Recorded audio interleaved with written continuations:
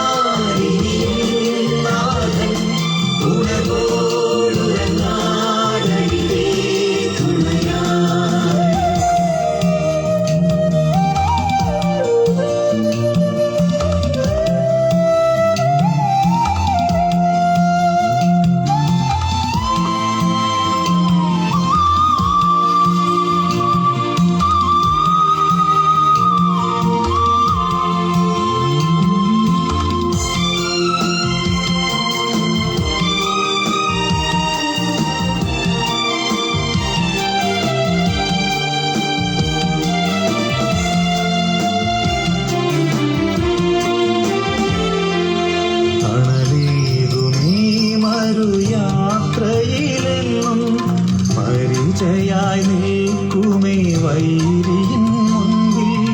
തണലേകുമേ മരുയാത്രയിലെന്നും പരിചയായി നിൽക്കുമേ വൈരിയിൻ മുൻപിൽ. കരുതിടും കാവലായി കാത്തിടും നമ്മെ കരുണാർദ്രമായി തിരുകൃപ നമ്മിലേകും. കരുതിടും കാവലായി കാത്തിടും നമ്മെ കരുണാർദ്രമായി തിരുകൃപ നമ്മിലേകും. ഉള്ളം കരത്തിൽ വഹിക്കുന്ന ദൈവം ഉള്ളം അറിഞ്ഞെന്നെ താങ്ങിടുന്നു.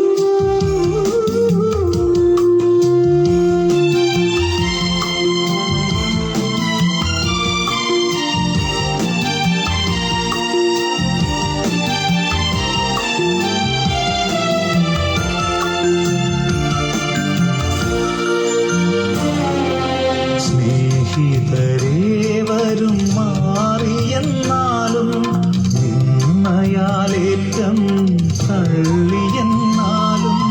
സ്നേഹിതരേവരും മാറിയെന്നാലും നിന്നയാലേറ്റം തള്ളിയെന്നാലും. കൈവിടാതെന്നെ തൻ കൂടെയിരുത്തി ആശ്വാസമേകുമെൻ സ്നേഹനാഥൻ. കൈവിടാതെന്നെ തൻ കൂടെയിരുത്തി ആശ്വാസമേകുമെൻ സ്നേഹനാഥൻ. ഉള്ളം കര കരത്തിൽ വഹിക്കുന്ന ദൈവം ഉള്ളം അറിയെന്നെ താങ്ങിടുന്നു.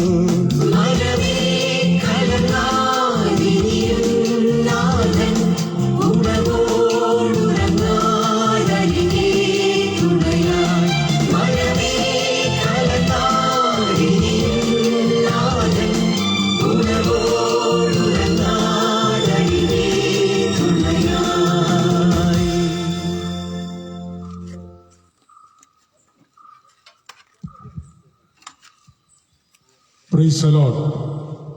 യേശുക്രിസ്തുവിന്റെ ധന്യമുള്ള നാമത്തിൽ പ്രിയപ്പെട്ട പെരിഞ്ഞൊട്ടിൽ നിവാസികളെ ഏവരെയും സ്നേഹവന്ദനം അറിയിക്കുന്നു. പല തവണ ഈ പ്രദേശത്ത് വന്ന് സുവിശേഷം പ്രസംഗിക്കുവാനും ദൈവവത്സരം ഒരുക്കി തന്നിട്ടുണ്ട്. കേട്ട എല്ലാ നല്ല വചനങ്ങളും സൽഫലങ്ങളായി വളരട്ടെ എന്ന് പ്രാർത്ഥിക്കുകയും ആശംസിക്കുകയും ചെയ്യുകയാണ്. കഴിഞ്ഞ നാളുകളിൽ നിങ്ങൾ നൽകിയ അംഗീകാരത്തിനും പ്രോത്സാഹനത്തിനും പ്രാർത്ഥനകൾക്കും പ്രാരംഭമായി തന്നെ നന്ദി പറയട്ടെ. ഈ നാട്ടുകാർ എല്ലാവരും നല്ല ആൾക്കാരാണ്. പരസ്പരം സ്നേഹിക്കുകയും കരുതുകയും സുവിശേഷത്തെ മാനിക്കുകയും ചെയ്യുന്ന വളരെയധികം ജനങ്ങൾ ഇവിടെയുണ്ട്. അതിനെയെല്ലാം ഓർത്ത് ഞാൻ ദൈവത്തെ സ്തുതിക്കുകയും വാഴ്ത്തുകയും ചെയ്യുന്നു. നമുക്കറിയാം, ഇന്ന് നാം വന്നെത്തിയിരിക്കുന്ന കാലഘട്ടം വലിയ ദുരന്തങ്ങളുടെ ഒരു കാലഘട്ടമാണ്. ടെക്നോളജികൾ, സാങ്കേതിക വിദ്യകളൊക്കെ വർദ്ധിച്ചു. ശാസ്ത്രീയമായി അല്ലെങ്കിൽ സയൻസ് പരമായി നാം ഒത്തിരിയും വളർച്ച പ്രാപിച്ചെങ്കിലും സാംസ്കാരികമായി അധപ്പതിച്ചുകൊണ്ടിരിക്കുന്ന ഒരു കാലഘട്ടമാണ്. വിവേചിച്ചാൽ നമുക്കത് മനസ്സിലാകും. കലാലയങ്ങൾ മുതൽ ചെറുപ്പക്കാരെല്ലാവരും നശിച്ചു പോകുന്ന ഒരു പ്രവണത അവരിൽ കാണുന്നുണ്ട്. മദ്യപാനത്തിനും മയക്കുമരുന്നിനും മറ്റുള്ള എല്ലാ ദുശീലങ്ങൾക്കും അടിമപ്പെട്ടുകൊണ്ട് നമ്മുടെ ആ സാംസ്കാരിക പൈതൃകത്തെ നശിപ്പിക്കുന്ന ദുഷ്ടപൈശാചിക ശക്തികളുടെ തേർവാഴ്ചയാണ് ഇന്ന് ലോകത്തിൽ നടന്നുകൊണ്ടിരിക്കുന്നത്. എന്നാൽ നാം അത് കണ്ടില്ല എന്ന് നടിക്കുകയല്ല. അതിന് പരിഹാരം കണ്ടെത്തുവാൻ നാം നിയമിക്കപ്പെട്ടവരാണ്. പ്രാർത്ഥനയിലൂടെയും മറ്റുള്ള കൗൺസിലിങ്ങിലൂടെയും ഒക്കെ അതിനെ നിവാരണം ചെയ്യുവാൻ നമുക്ക് സാധിക്കും.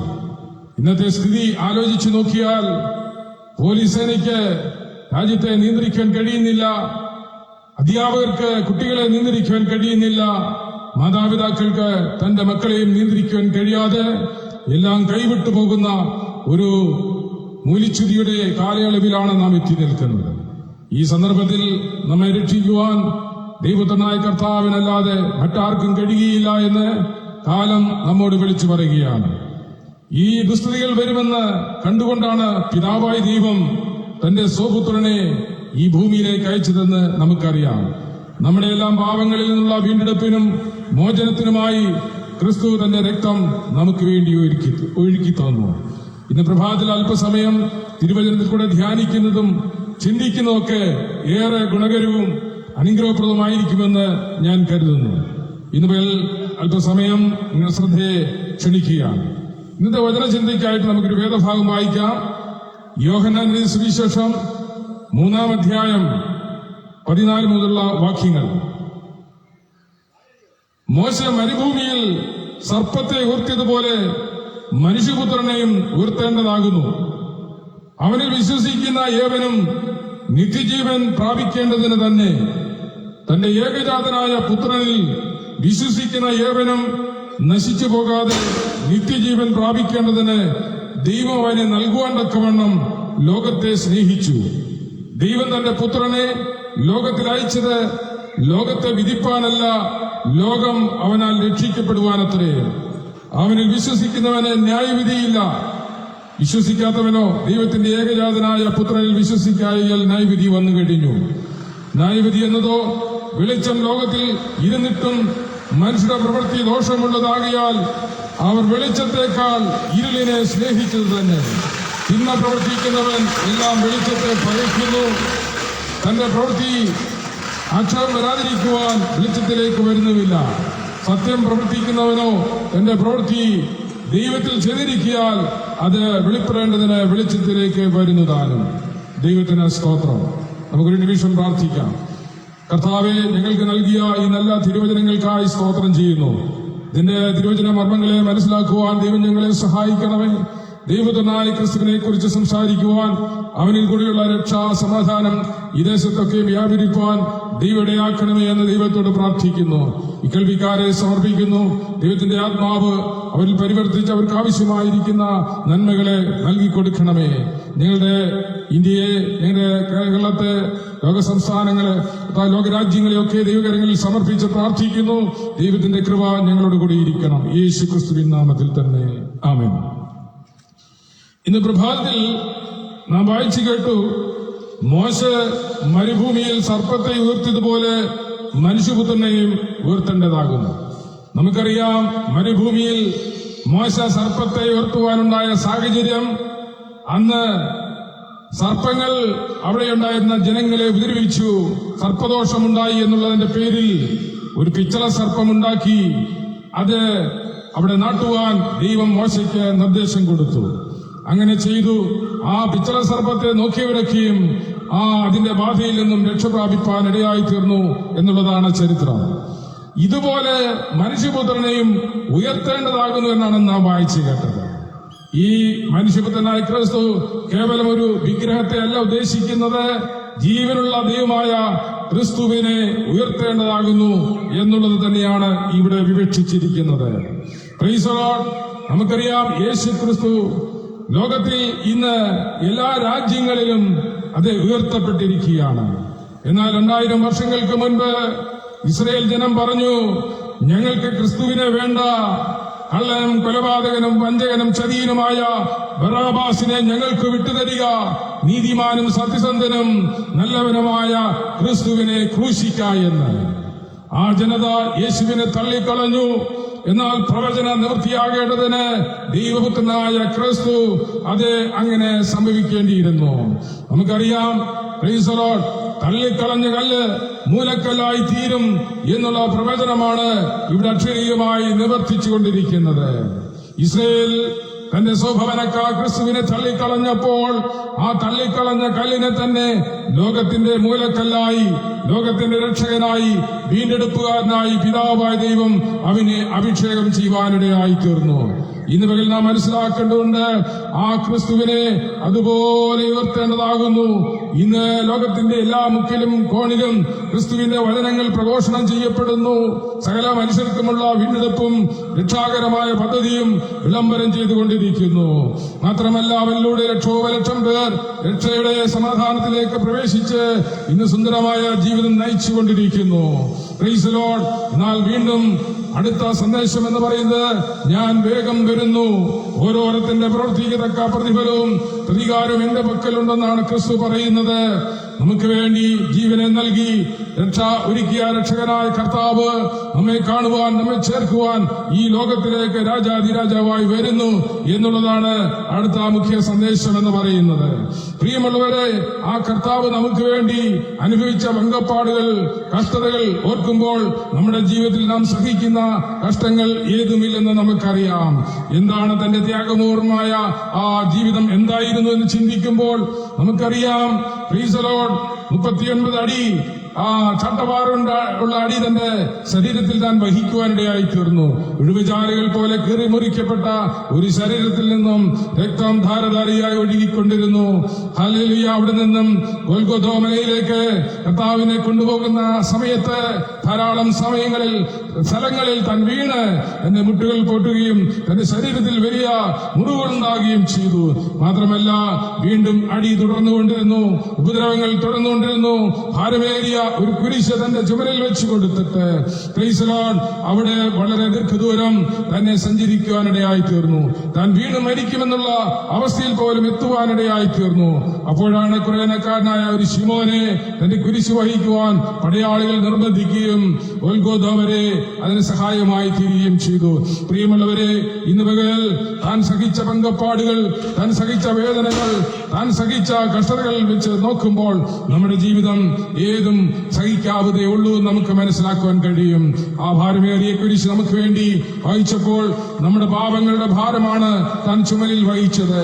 നമ്മുടെ അകൃത്യങ്ങളാണ് താൻ ചുമന്നത്, നമ്മുടെ ലംഘനങ്ങളാണ് താൻ ചുമന്നുകൊണ്ടുപോയത്.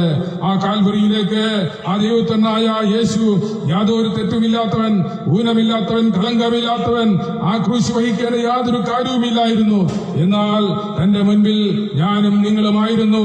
ലക്ഷ്യം നമ്മൾ നശിച്ചു പോകാതിരിക്കുവാൻ, നിത്യനരകത്തിൽ നിന്നും നമ്മെ വീണ്ടെടുത്ത് നിത്യ സ്വർഗത്തിലാക്കുവാൻ വേണ്ടി താൻ കുരിശുമരണം ഭരിക്കുവാനിടയായി തീർന്നു.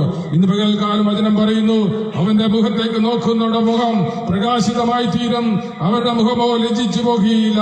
ഇന്ന് വിശ്വാസത്താൽ ആ ദൈവത്തിനായ ക്രിസ്തുവിനെ ആരൊക്കെ നോക്കി വിളിച്ചപേക്ഷിക്കുമോ അവന് നിശ്ചയമായിട്ടും ദൈവത്തിന്റെ കൃപയുണ്ടാകും.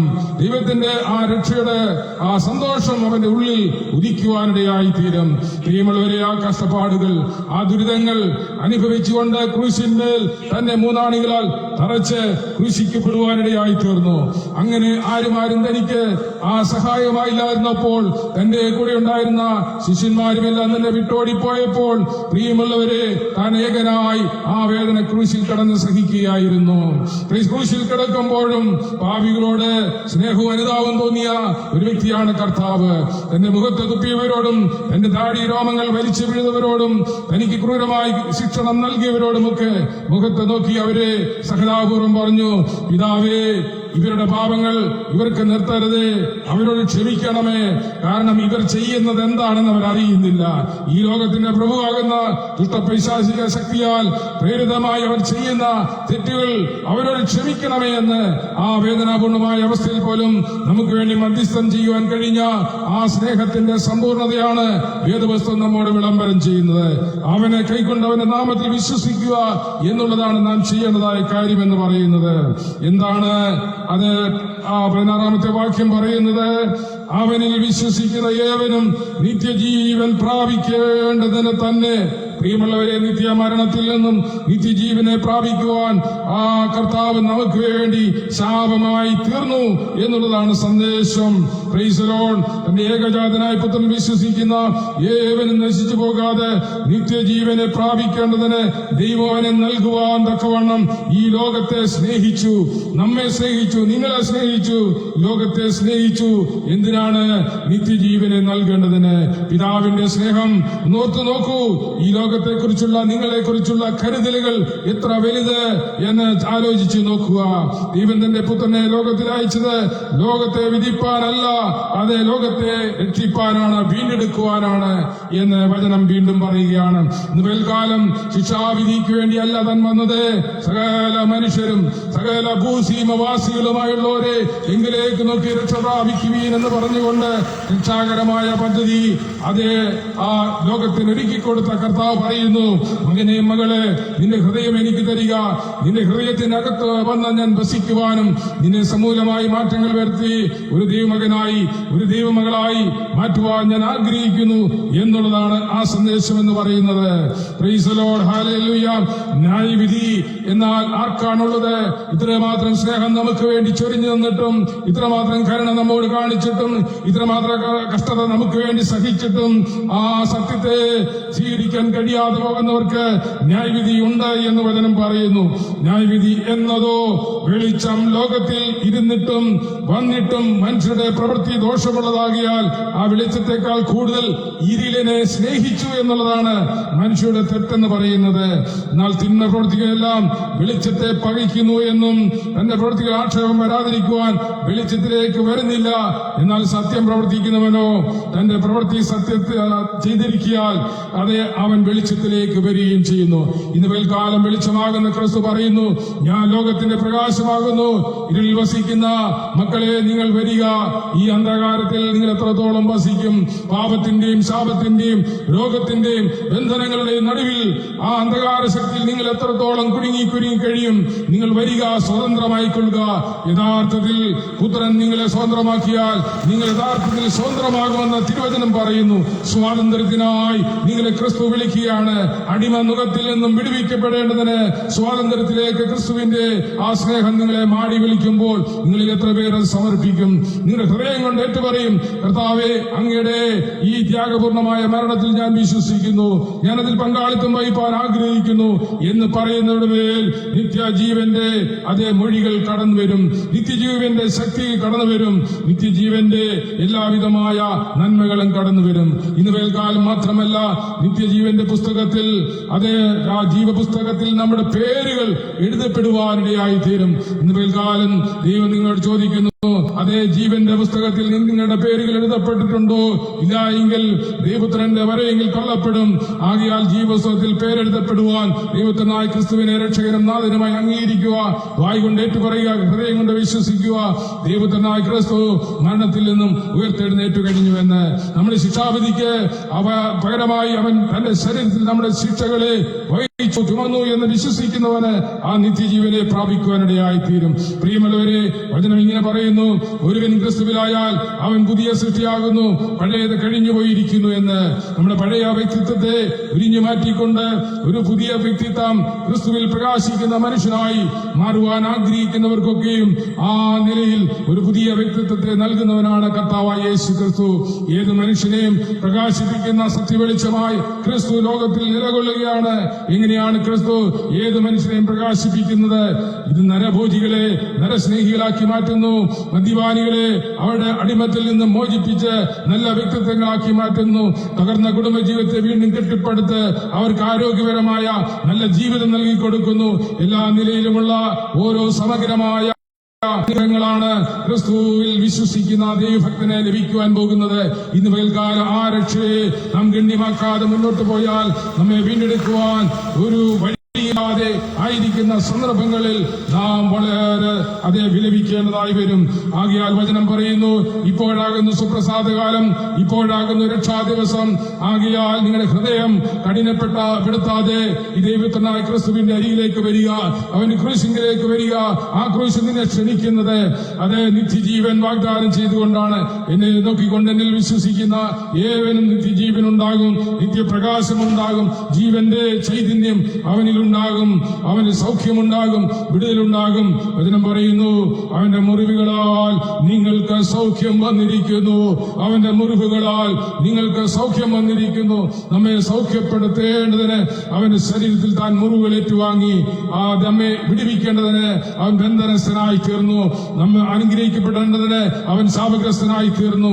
പ്രിയമുള്ളവരെ, നമ്മുടെ സകല ശിക്ഷാവിധിക്കും പകരമായി താൻ ഏറ്റെടുത്ത ആ ത്യാഗപൂർണമായ ആ മരണത്തെ നാം ഓർക്കുമ്പോൾ ആ വലിയ സ്നേഹത്തെ നമുക്ക് കാണുവാൻ കഴിയും. ഇന്ന് കാൽവരിക്കുന്നിലേക്ക് നോക്കുവാൻ കഴിയുമോ?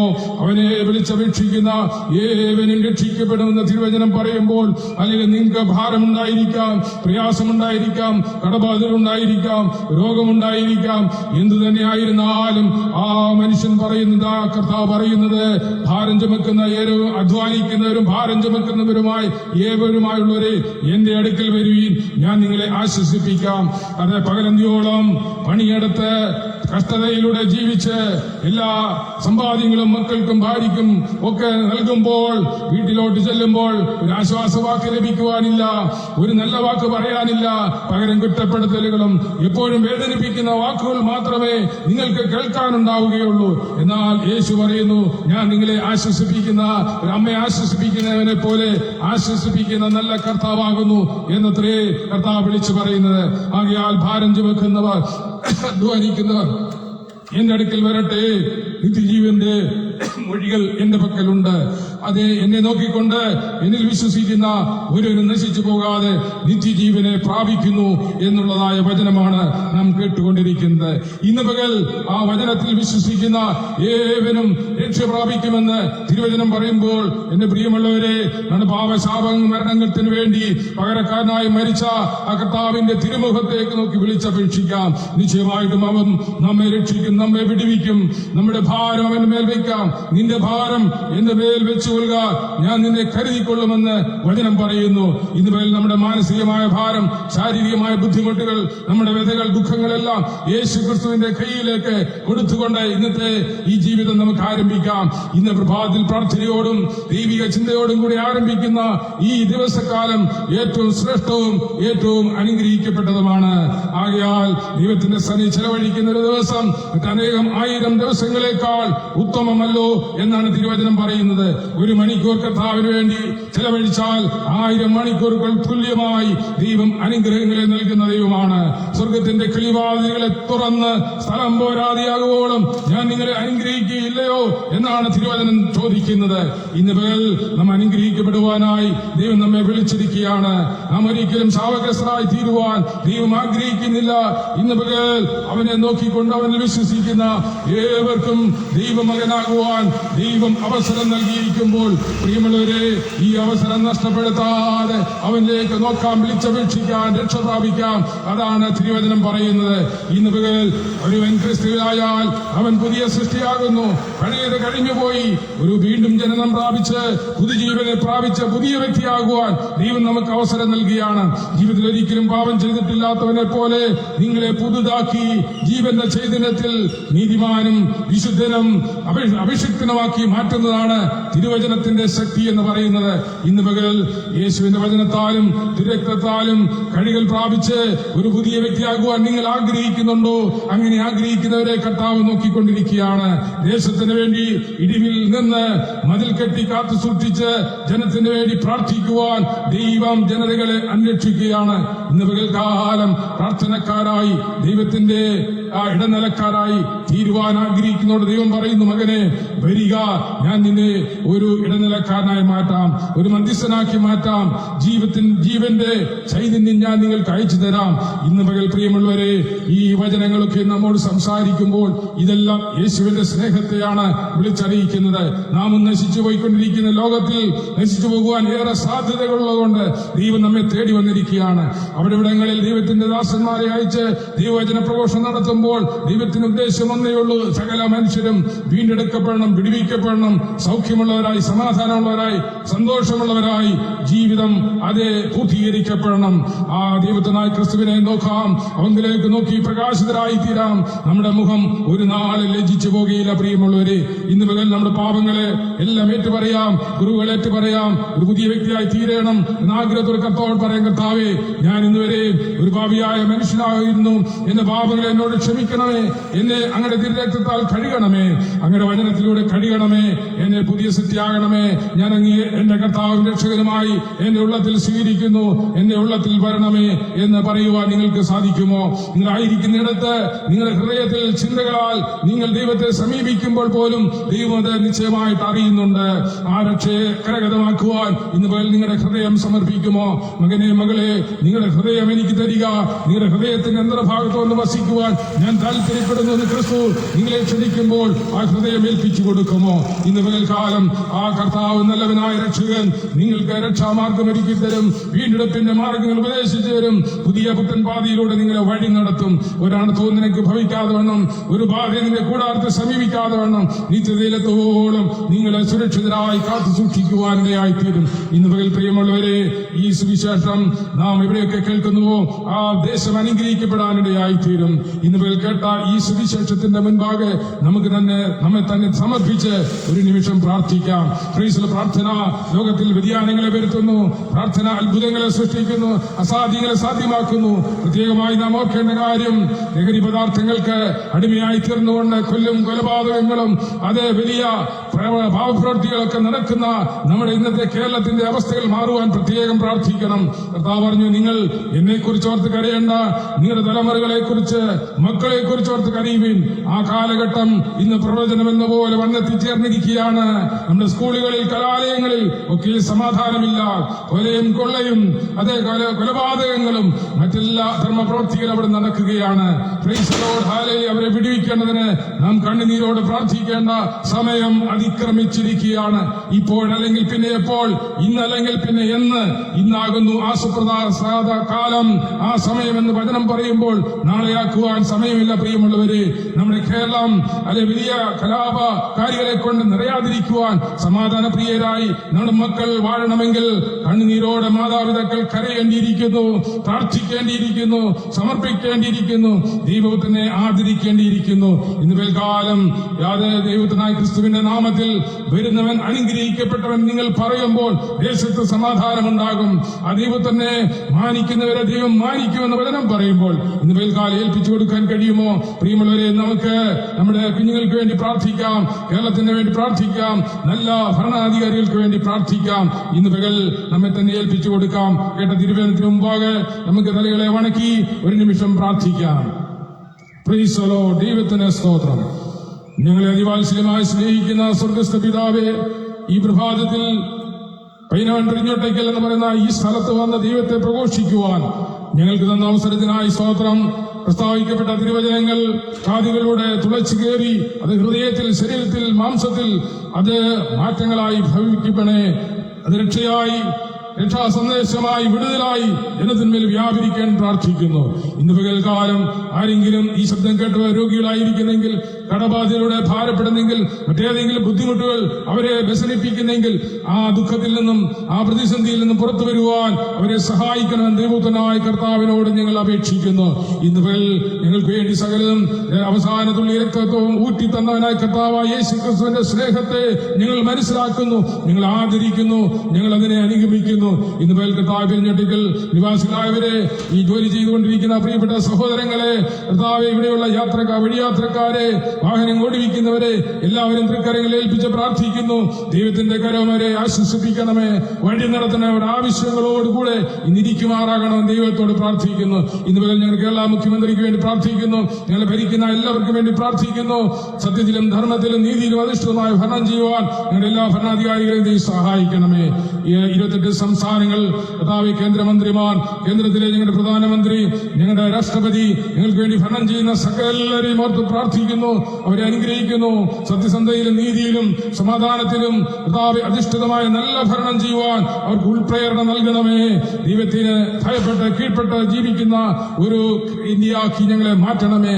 അതിന് സുവിശേഷത്തിന്റെ എതിരാളികളെയും വിരോധികളെയും കർത്താവേ ദൈവകരങ്ങളിൽ സമർപ്പിക്കുന്നു. അവരുടെ ചിന്തകളെ ശാന്തവും സമാധാനവും സൗഖ്യവും കർത്താവേ സൗഹൃദപരവുമാക്കി മാറ്റണമേ എന്ന് ദൈവത്തോട് പ്രാർത്ഥിക്കുന്നു. ഹല്ലേലൂയ. എല്ലാ വിരോധ അവസരങ്ങളെയും, എല്ലാ വിരോധങ്ങളെയും, എല്ലാ ശത്രുതയും വെടിഞ്ഞ് തമ്മിൽ സ്നേഹിക്കുവാനും ഐക്യതയിലും സമാധാനത്തിലും ജീവിക്കുവാനുള്ള കൃപ ദേശത്ത് വ്യാപരിപ്പിക്കണമേ, രാജ്യത്തിനകത്ത് നൽകണമേ എന്ന് ദൈവത്തോട് പ്രാർത്ഥിക്കുന്നു. ശേഷാൽ 194 രാജ്യങ്ങൾ, അവിടെയുള്ള ഭരണാധികാരികൾക്ക് വേണ്ടി പ്രാർത്ഥിക്കുന്നു. അവിടെയുള്ള ഞങ്ങളുടെ സഹോദരങ്ങൾക്ക് വേണ്ടി പ്രാർത്ഥിക്കുന്നു. ദൈവത്തിന്റെ കൃപ ജനങ്ങളോട് കൂടി ഇരിക്കും, രാജ്യത്തോടും ആ ഭരണാധികാരികളോടും കൂടി ഇരിക്കണമേ. നല്ല ഭരണം ചെയ്യുവാൻ ദൈവം ഇന്നത്തെ ദിവസം അവരെ സഹായിക്കണമേ. ഇന്നത്തെ ദിവസം ലോക സമാധാനത്തിന്, രാജ്യ സമാധാനത്തിന്, സംസ്ഥാന സമാധാനത്തിന്, ഞങ്ങളുടെ ലോക്കൽ പ്രദേശങ്ങളുടെ സമാധാനത്തിനൊക്കെയും പ്രാർത്ഥിക്കുന്നു. ശേഷാൽ പെരിഞ്ഞോട്ടയ്ക്കൽ നിവാസികളെ ഒരിക്കൽ കൂടി പ്രാർത്ഥിച്ച് അനുഗ്രഹിക്കുന്നു. ദൈവസാന്നിധ്യത്തിന്റെ മറവരെ സൂക്ഷിക്കണം, അടിയനെ പരിപാലിക്കണം, സൂക്ഷിക്കണം, താഴ്ത്തിയേൽപ്പിക്കുന്നു. യേശു ക്രിസ്തുവിൻ നാമത്തിൽ തന്നെ ആമേൻ. അല്പസമയം ഈ സുവിശേഷ കേൾവിക്ക് വേണ്ടി കാതുകളെ തന്ന നിങ്ങൾ ഓരോരുത്തരുമുള്ള നന്ദിയും സ്നേഹവും അറിയിക്കുന്നു. ദൈവമായ കർത്താവ് നിങ്ങൾ ഓരോരുത്തരെയും അനുഗ്രഹിച്ച് സഹായിക്കട്ടെ. Thank you. God bless you.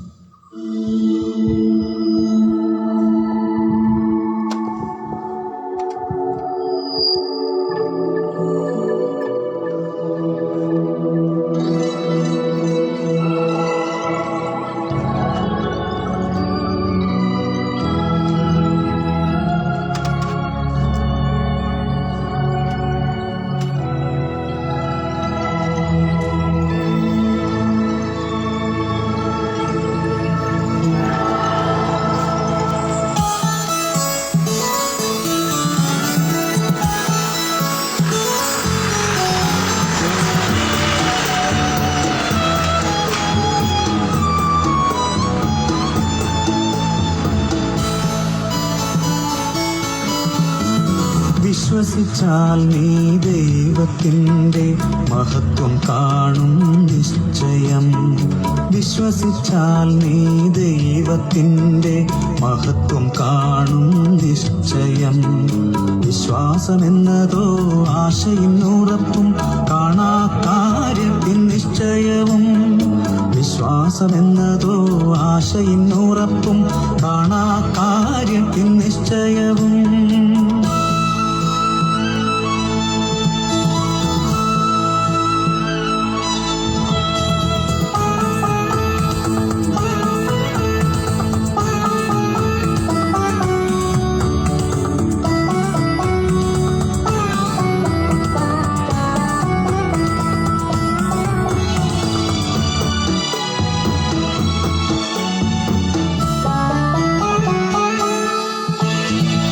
പലതിനെ ചൊല്ലി വിലപിക്കേണ്ട, ഉള്ളം കലങ്ങേണ്ട, ഭീതി വേണ്ട. പലതിനെ ചൊല്ലി വിലപിക്കേണ്ട, ഉള്ളം കലങ്ങേണ്ട, ഭീതി വേണ്ട. മരിച്ചു 4 നാളായതാം ലാസറെ ഉയർപ്പിച്ച ദൈവം കൂടെയുണ്ട്. മരിച്ചു 4 നാളായതാം ലാസറെ ഉയർപ്പിച്ച ദൈവം കൂടെയുണ്ട്. സ്തോത്രം പാടാം, എന്നും വാഴ്ത്തിപ്പാടാം, ദൈവമഹത്വം വാഴ്ത്തിപ്പാടാം. സ്തോത്രം പാടാം, എന്നും വാഴ്ത്തിപ്പാടാം, ദൈവമഹത്വം വാഴ്ത്തിപ്പാടാം.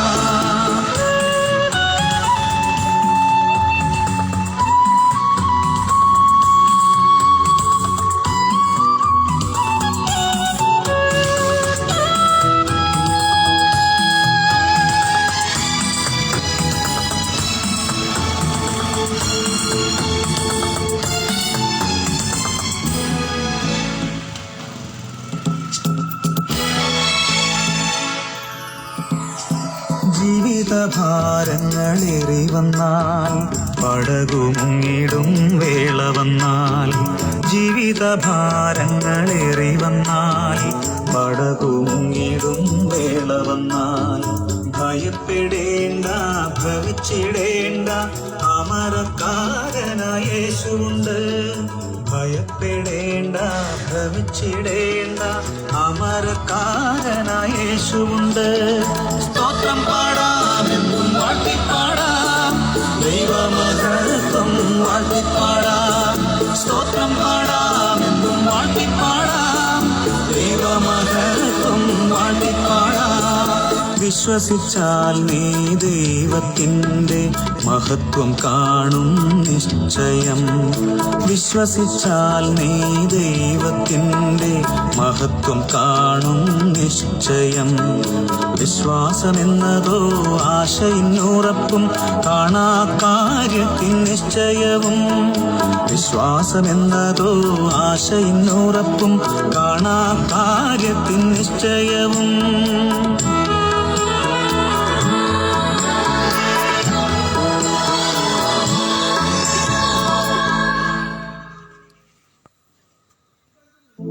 യേശു മഹോന്നതനെ, മഹോന്നതനെ, വേഗം കാണാം, മൽപ്രേമകാന്തനെ കാണാം.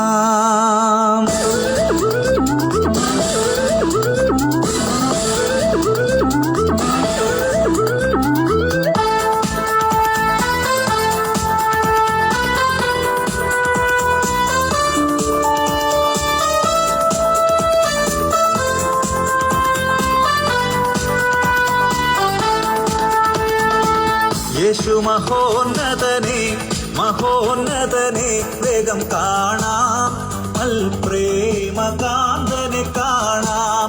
യേശു മഹോന്നതനെ, മഹോന്നതനെ, വേഗം കാണാം,